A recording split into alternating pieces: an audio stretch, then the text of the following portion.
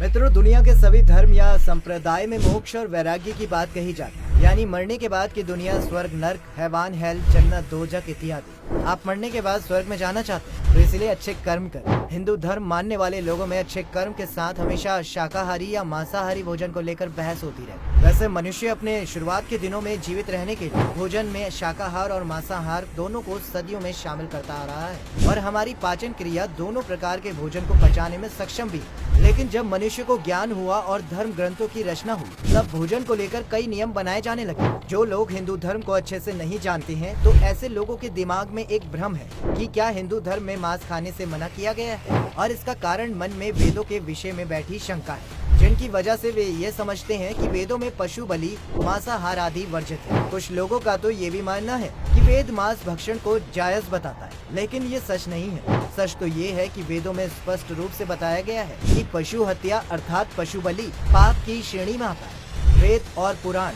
हिंदू धर्म के प्रमुख ग्रंथ हैं। वेदों का सार उपनिषद है और उपनिषद का सार भगवत गीता है, जिसके अनुसार वेदों में मांस खाने के संबंध में स्पष्ट मना किया गया है। वेदों में जानवरों को मारना पाप माना गया है और मांस खाना सख्त मना है। वेदों में बताया गया है कि जो मनुष्य नर, अश्व अथवा अन्य किसी पशु का मांस का सेवन कर उसको अपने शरीर का भाग बनाता है, गौ की हत्या कर अन्य जनों को दूध आदि से वंचित रखता है, उससे बड़ा पापी इस सृष्टि में कोई भी नहीं। यजुर्वेद में ये कहा गया है कि मनुष्य को परमेश्वर की सभी रचनाओं को अपनी आत्मा के तुल्य मानना चाहिए, अर्थात वो जैसा अपना हित चाहते हैं वैसे ही दूसरों के भी हित के बारे में सोचना चाहिए। अर्थवेद में ये कहा गया है कि हे मनुष्य, तुम चावल, दाल, गेहूं आदि खाद्य पदार्थ आहार के रूप में ग्रहण करो, यही तुम्हारे लिए सबसे उत्तम और रमणीय खाद्य पदार्थों का भाग है। तुम किसी भी नर या मादा की कभी हिंसा मत करो।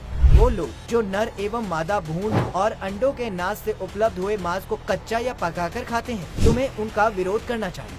वहीं दूसरी ओर ऋग्वेद ये कहता है कि गाय जगत की माता है और उसकी रक्षा ही समाज का उत्थान है। मनुष्य को उनके सामने सभी चार पैर वाले या दो वाले पशुओं की रक्षा करनी चाहिए। गीता में मांस खाने या नहीं खाने के संबंध में भगवान श्री कृष्ण कहते हैं कि मांसाहारी भोजन राक्षसों के लिए ही न कि इंसानों के लिए। खाने के उल्लेख के विषय में भगवत गीता में भगवान कृष्ण आहार को 3 भागों में विभाजित किया है, जो कि है राजसिक, तामसिक और सात्विक भोजन। गीता के अनुसार अन्न से ही मन और विचार बनते हैं। जो मनुष्य सात्विक भोजन ग्रहण करता है उसकी सोच भी सात्विक होती है। अतः सात्विकता के लिए सात्विक भोजन, राजसिकता के लिए राजसिक भोजन और तामसिक कार्यों के लिए तामसी भोजन होता है। यदि कोई सात्विक व्यक्ति तामसी भोजन करने लगेगा तो उसके विचार और कर्म भी तामसी हो जाएंगे।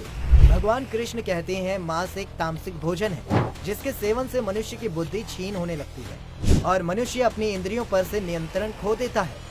उसके बाद मनुष्य ना चाहते हुए भी कई तरह अपराधों का भागी बन जाता है। गीता के अनुसार सात्विक भोजन लंबी आयु देने वाला, मन को शुद्ध करने वाला, बल, बुद्धि प्राप्त और तृप्ति प्रदान करने वाला है। जब यही शाकाहारी आहार अत्यधिक खट्टा, नमकीन या फिर ज्यादा तेल मसालों के साथ पकाया जाता है तो वो राजसी आहार बन जाता है और ये राजसी आहार दुख, शोक एवं रोग उत्पन्न करता है। स्कंद पुराण में काशी खंड के 3 अध्याय में ये बताया गया है कि जो मनुष्य मांस खाता है उसके जीवन को धिक्कार है। ऐसे मनुष्य को ना तो मृत्यु लोक में सुख मिलता है और ना ही मृत्यु के बाद दूसरे लोक में सुख मिलता है। मांस खाने और ना खाने को लेकर गरुड़ पुराण में इसे कुछ इस तरह से दिखाया गया है और इसमें भगवान कृष्ण से जुड़ी एक कहानी का वर्णन किया गया है। गरुड़ पुराण की एक कथा के अनुसार बचपन में एक दिन जब श्री कृष्ण यमुना नदी के किनारे एक पेड़ के नीचे बैठकर आराम से बांसुरी बजा रहे थे, तभी एक हिरण दौड़ता हुआ वहां आया और डर कर उनके पीछे जाकर छिप गया। ये देख भगवान कृष्ण ने उसके सिर पर हाथ रखा और सहलाते हुए हिरण से पूछा, क्या बात है, तुम इतने क्यों डरे हुए हो? इतने में ही वहाँ दौड़ता हुआ एक शिकारी आ गया और कहने लगा कि ये मेरा शिकार है, इस पर मेरा अधिकार है, कृपया करके इसे मुझे दे। तब भगवान कृष्ण ने कहा, हे पार्थ, क्या तुम्हें इतना भी नहीं पता कि हर जीवित प्राणी पर सबसे पहला उसका खुद का अधिकार होता है, ना कि किसी और का। इतना सुनने के बाद वो शिकारी क्रोध से आग बबूला हो गया और उसने चिल्लाते हुए कहा, बकवास मत करो, ये मेरा शिकार है और इसे मैं पकाकर खाऊंगा। तुम मुझे बेकार का ज्ञान मत दो, ये ज्ञान किसी और को दो जाकर। इस पर भगवान कृष्ण मुस्कुराते हुए मीठे स्वर में बोले, किसी भी प्राणी को मारकर खाना पाप है, क्या तुम पाप के भागी बनना चाहते हो? गुस्से में शिकारी बोला, मुझे नहीं पता कि मांस खाना पुण्य है या पाप, मैं आपके जैसा ज्ञानी तो नहीं हूँ। मुझे बस इतना पता है कि अगर मैं शिकार नहीं करूंगा तो मुझे खाना नहीं मिलेगा। मैं इस मृग को जीव बंधन से मुक्त करके पुण्य कमा रहा हूँ। फिर क्यों आप मुझे रोक रहे हैं? जहाँ तक मैंने सुना है, शास्त्रों में हत्या को भी न्याय योचित माना गया है। राजा तो अपने शौक के लिए शिकार करते हैं, कई प्राणियों की हत्या कर देते हैं। क्या ये ज्ञान केवल मेरे जैसे गरीब लोगों के लिए ही है?